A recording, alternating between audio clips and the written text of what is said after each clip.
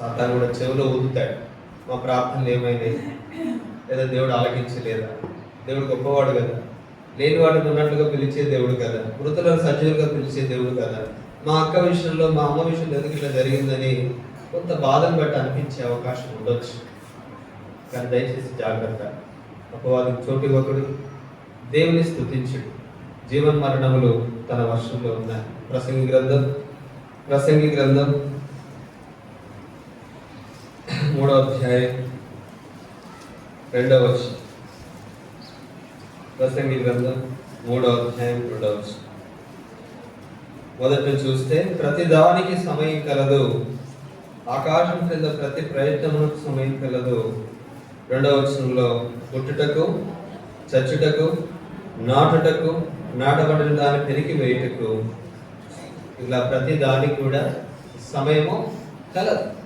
కాబట్టి సహోదరి సమయం వచ్చింది. దేవుడు తన ప్రణాళిక, అక్క విషయంలో ఉన్నటువంటి తన లెక్క అంతా చూశాడు.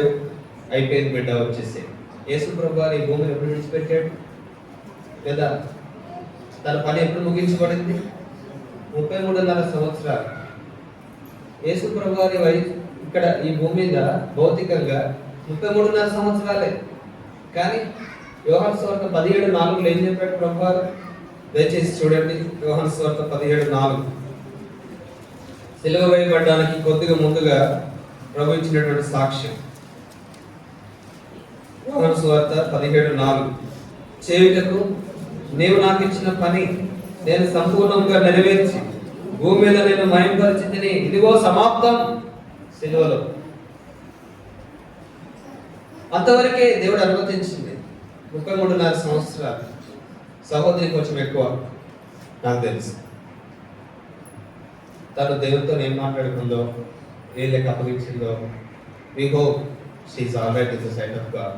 దేవుని దృష్టికి ఆమె యోగ్యురాలిగా తన పరువు ముగించుకొని దేవుడు అనుమతించిన సమయంలో, ప్రసంగులు మనం చూసుకున్నట్లుగా ప్రతి దానికి సమయము, దేవుడు నిర్ణయించిన సమయము, దేవుడు పులిస్టా పెట్టిన సమయం, కామగా పులిస్టా పెట్టిన సమయము, అదే దేవుని సమయము. ఇక చెప్పాలంటే దేవుని లెక్కలో ఇదే ఆమె దీర్ఘాయుషు కాలం. వాటి ప్రియమైన వర్లారా, ఏదో కీడు రాబోతుందని దేవుడు ఆమెను తీసేసుకున్నాడు. రెండోది, ఆమె సమయం పూర్తయింది కనుక తీసేసుకొని జరిగించబడిన పరిచర్యకు, తన జీవితంలో ఏదైతే తను కాపాడుకుంటూ వచ్చిందో ఆత్మ సంబంధంగా కదా, తన క్రియలు తన వెంట వెళ్ళాయి. మన వెంబడి ఏది రాదండి, కానీ వచ్చేది ఏంటి? మనం వద్దనుకున్న మన వెంబడి వచ్చేది ఏంటి? మన క్రియలు మన వెంబడి వస్తాయి. వాటి కొరకు దేవుడు సిద్ధపరిచిన బహుమానము. అపోస్తలుడైన పౌలు అంటాడు, నా కొరకు ఏమి వచ్చబడిందని? నీతి కిరీటం. చూడండి 2 తిమోతి 4, 2 తిమోతి చాప్టర్ 4:7-8. మంచి పోరాటము పోరాడితిని, నా పరుగు ఏమైంది? కడముట్టించబడింది. విశ్వాసం కాపాడుకుంటుని, ఇక మీదట నా కొరకు ఏముంచబడింది? నీతి కిరీటము. మంచి పోరాటం పోరాడిన వారు. నేను చెప్పగలను అన్న, ఈరోజు దేవుడి ఇంటికి రాగలిగానన్నా, దేవుడు నాకు సహాయం చేయగలిగాడన్నా. లాస్ట్ వీడియోస్లో అదే తెలుసుకోమని చెప్పిందట. చివరికి టీచర్స్ చెప్పే సాక్ష్యాల్లో రాగలిగాను. అనేక మీటింగ్స్లో కూడా అన్న రాగలిగాను. ప్రయాసపడ్డది. కొన్నిసార్లు రోడ్డు వెళ్తుంటే మార్కెట్లో వచ్చేది, సంచి మోసుకుంటూ ఆయాసపడుకుంటూ వచ్చేది. తల్లిగా తన బాధ్యత, మందిరంలో తన సేవ మేము చూసినంత వరకు నాకెంతో ప్రోత్సాహకరంగా అనిపించింది. చిన్న చిన్న వాటికి ఎన్నో సాకులు చెప్పి తప్పించుకుంటామే. అక్క అంత లోపల అంత బాధ పెట్టుకొని ఎంతో సేవ చేస్తూ వచ్చింది. నేను దాని ఇన్స్పిరేషన్ తీసుకున్నాను. కాబట్టి ప్రియమైన వాళ్ళారా, ఏదేమైనప్పటికీ తన కిరీటం తనకు ఉంచబడింది. నిజంగా తన పరువు ముగించింది, దేవుని లెక్క అప్పగించింది. దేని కొరకు వెళ్ళింది? ఈ బాధలన్నీ తప్పించుకొని దేవుని సన్నిధిలో ఉన్న ఆనందం కొరకు వెళ్ళింది అంట. చూడండి, కీర్తన ఒక మాట, కీర్తన 16:11.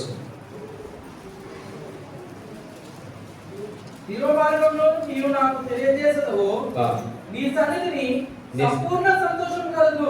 ఏముందంట? దేవుని సన్నిధిని అక్కడికి వెళ్ళిపోయిందంట. ఇక్కడ చాలా బాధపడింది, శరీరంతో చాలా పోరాటం. నిజంగా అది వర్ణనాతీతము. ఎందుకనంటే మా ఇంట్లో నన్ను స్వయంగా అనుభవించాను. చూడండి, కీర్తన 16 ఏముంది?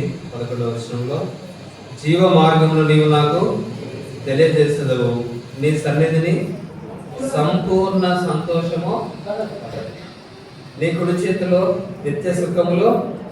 అందుకని ప్రకటనలో ఉంది కదా, వారి ప్రయాసం అని. చూడండి, ప్రకటన గ్రంథం 14వ అధ్యాయం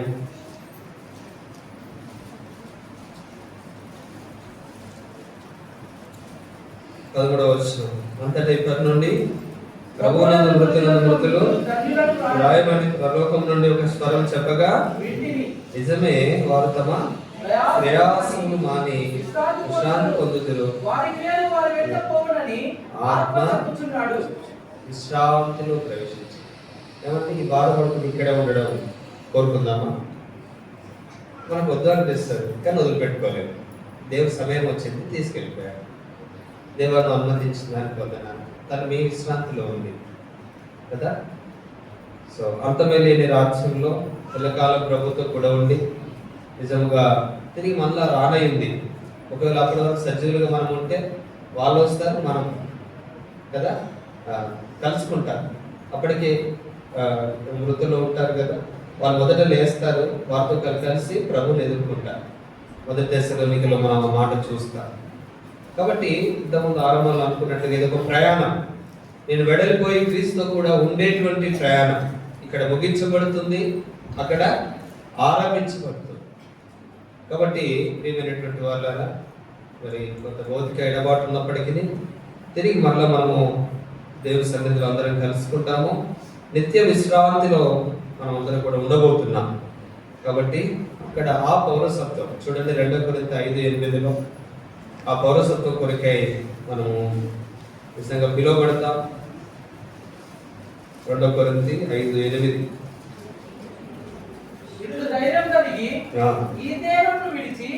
ఏంటంటే ఇంట్లో ధైర్యం కలిగి ఈ దేహమును విడిచిపెట్టి ప్రభువును వద్ద నివసించుటకు ఇష్టపడుచున్నాము. లోకము ధనాశలు గతించిపోతాయి. ఓ రకంగా చెప్పాలంటే ఈ భూమి మీద తయారు చేయబడింది ప్రతిదానికి వ్యాలిడిటీ ఉంటుంది. మన శరీరానికి కూడా వ్యాలిడిటీ. ఒక్కొక్క